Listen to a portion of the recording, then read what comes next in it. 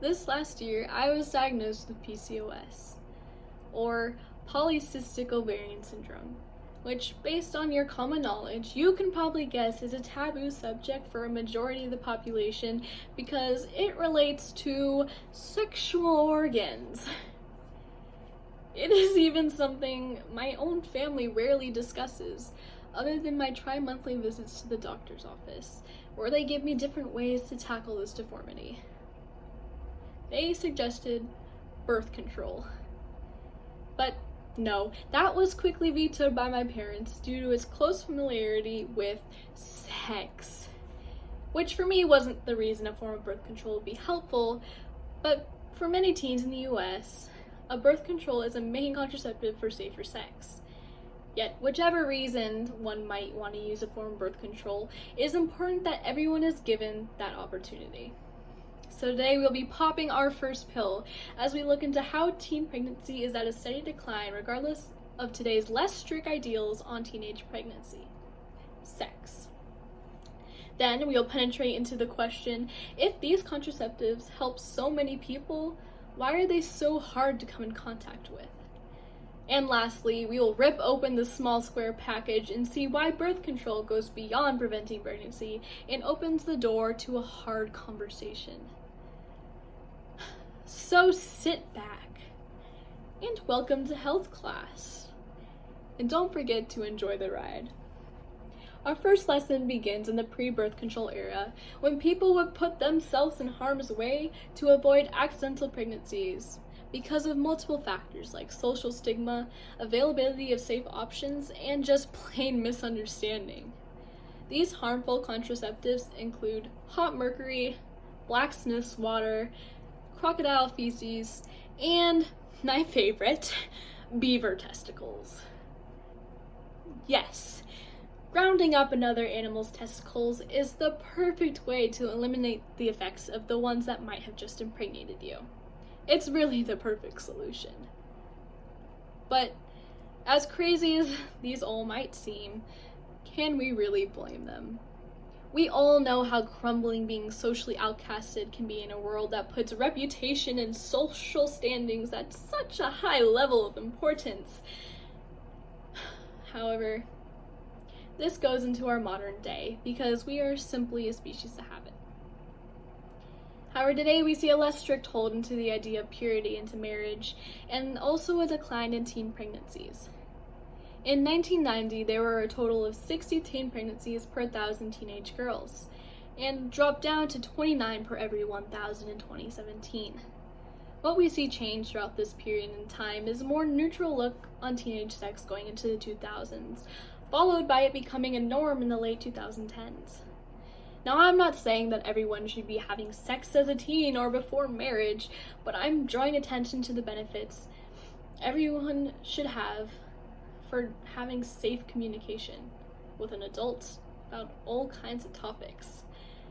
The growing acceptance of something we already knew was going on due to rates and stats of pregnancies led to easily accessible contraceptives that didn't put either person in harm's way. Now, let us penetrate into the question, why do most people today avoid safe contraceptives if they are out there? Well, I'm glad none of you asked, but I'm here to answer that question. According to an article written by the Committee of Adolescent Health Care, adolescents who discuss sexuality and contraception with a parent or guardian are more likely to use contraception consistently and are less likely to become pregnant. Yet, it is a conversation many teens don't go out of their way to have with their parents. I didn't even bring up the idea of birth control to my parents. A doctor did.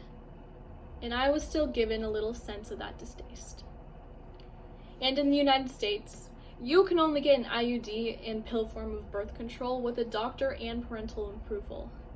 However, many doctors think that a form like the pill should be sold without a prescription. It goes beyond preventing unwanted births and can help a lot of ovarian problems like PCOS. and no girl should be denied medical help because of a social stigma around sex.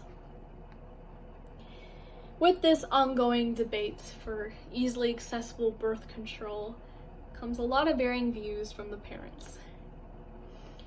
We all know the phrase, "mother knows best," but maybe it's time we start questioning the reality of it. Many of us would be quick to back up this well-known catchphrase, but researchers are finding something that may just turn the tables when it comes to our own opinions. While many parents around the US talk to their kids about abstaining from sex, many of them are only delaying the act by a few years.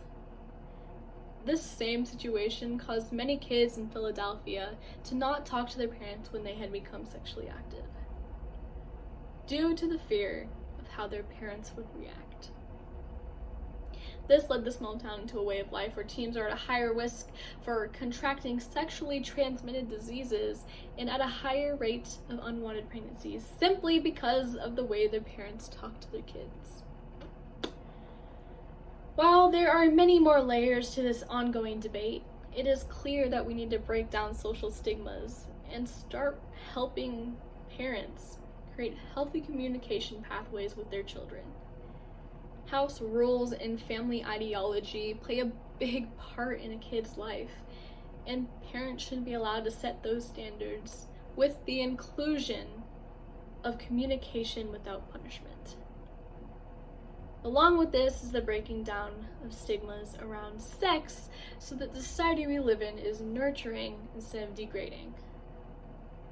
It's a long path to reach a place where teens feel safe communicating.